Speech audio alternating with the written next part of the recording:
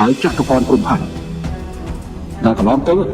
ធ្លាប់មកជ្រកកោននៅកម្ពុជាទៅចូលដៃជាមួយសិទ្ធិលំតកូលថ្នាក់ក្រសម្ដីបន្តិចអាប់អូន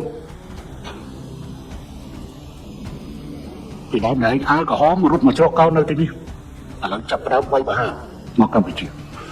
សូមប្រាថ្នាសម្ដីបន្តិចជំរាបសួរពុកម៉ែបងប្អូនទាំងអស់គ្នាកាលពីពេលថ្មីនេះគឺខ្ញុំបានឃើញលោកហ៊ុនសែនបានចេញថ្លែងសារពិសេសមួយហើយក្នុងនោះលោកក៏បានផ្ញើសារទៅកាន់មេក្រុមជ្រុលនិយមថៃសិទ្ធិលឹមថងគុណផងដែរបងប្អូនទាំងអស់គ្នាដឹងអត់ថាតើសិទ្ធិលឹមថងគុណនេះជាអ្នកណាសិទ្ធិលឹមថងគុណគឺជាមេក្រុមជ្រុលនិយមរបស់ថៃហើយក្រុមនេះគឺជាក្រុមដែលត្រូវរើគ្នាជាមួយនឹងទាហានថៃហើយមិនតែប៉ុណ្ណោះទេបងប្អូនក្រុមនឹងហើយដែលជាក្រុមដែលតែងតែមិនគ្រប់គ្រងនិងមិនដែលពេញចិត្តជាមួយនឹងរដ្ឋាភិបាលថៃក៏ដូចជានាយករដ្ឋមន្ត្រីថៃទៀតផងហើយមែនតើទៅក្រុមនេះគឺជាក្រុមដែលតែងតែរិះរោចមធ្យោបាយនៅក្នុងការធ្វើបាតកម្មបង្កការចលាចលហើយឈានទៅដល់ការចង់ធ្វើរដ្ឋប្រហារទម្លាក់នាយករដ្ឋមន្ត្រីថៃថែមទៀតហើយនៅក្នុងសារពិសេសនោះផងដែរលោកហ៊ុនសែនក៏បានប្រមានទៅកាន់មេក្រុមជ្រុលនិយមថៃរូបនោះថាកុំឲ្យមានការភ័ន្តច្រឡំឲ្យសោះព្រោះលោកនៅមិនទាន់អស់អំណាចពីប្រទេសកម្ពុជានោះទេហើយលោកហ៊ុនសែនក៏បានផ្ញើសារបន្ថែមទៀតផងដែរទៅកាន់បុគ្គលរមិលគុណម្នាក់ទៀតគឺចតុភុនព្រំផាន់ដែលកន្លងមកបុគ្គលរូបនេះគឺជាអ្នកដែលនៅប៉ាក់អាវក្រហមរបស់ថៃហើយបច្ចុប្បន្ននេះគឺគេបានចុះចូលជាមួយនឹងក្រុមពួកជ្រុលនិយមអាវលឿងដែលកន្លងមកបុគ្គលម្នាក់នេះគឺធ្លាប់បានរត់មកសុំជ្រកកោននៅក្នុងប្រទេសកម្ពុជា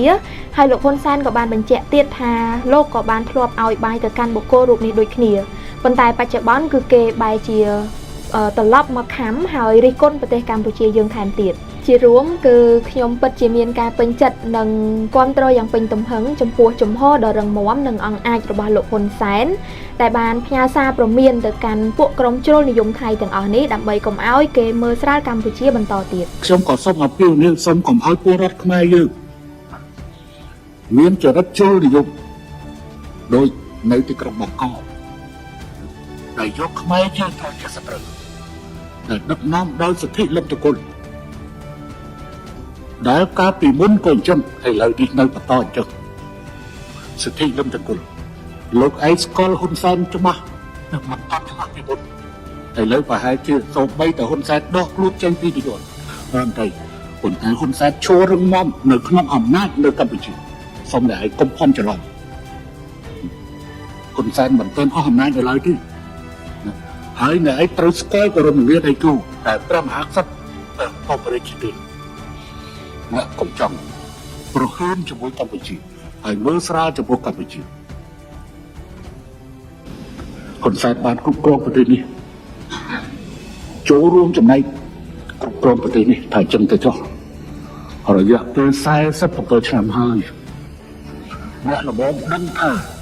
តើហ៊ុនសែនជានរណាពិតប្រាកដហើយចតុករព្រំផាន់ដែលកន្លងទៅធ្លាប់មកជ្រកកោននៅកម្ពុជាទៅចូលដៃជាមួយសិទ្ធិលំតកុលថ្នាក់ក្រសម្ដីបន្តិចអាប់អូន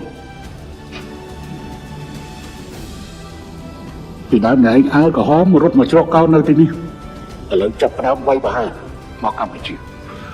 សូមថ្នាក់ក្រសម្ដីបន្តិចណាស្គាល់សមត្ថភាពរបស់ហ៊ុនសែនច្បាស់ដែលសពមកជ្រកកោននៅជាមួយ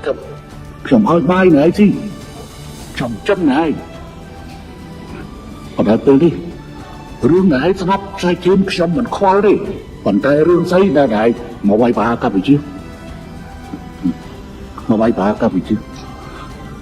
ខ្ញុំគ្រាន់តែទូនមានណែទីពេលមុនណែក្លាប់និយាយថាវាយចូលសៀមរាបហើយយកអង្គរវត្តហើយដោះដូរជាមួយភាសាតែវាកម្ពុជាមិនមែនជាជ័យសម្រាប់ងាយស្រួលទទួលទានទេថ្ងៃមើលកម្ពុជាខុសហើយខំច្រឡំ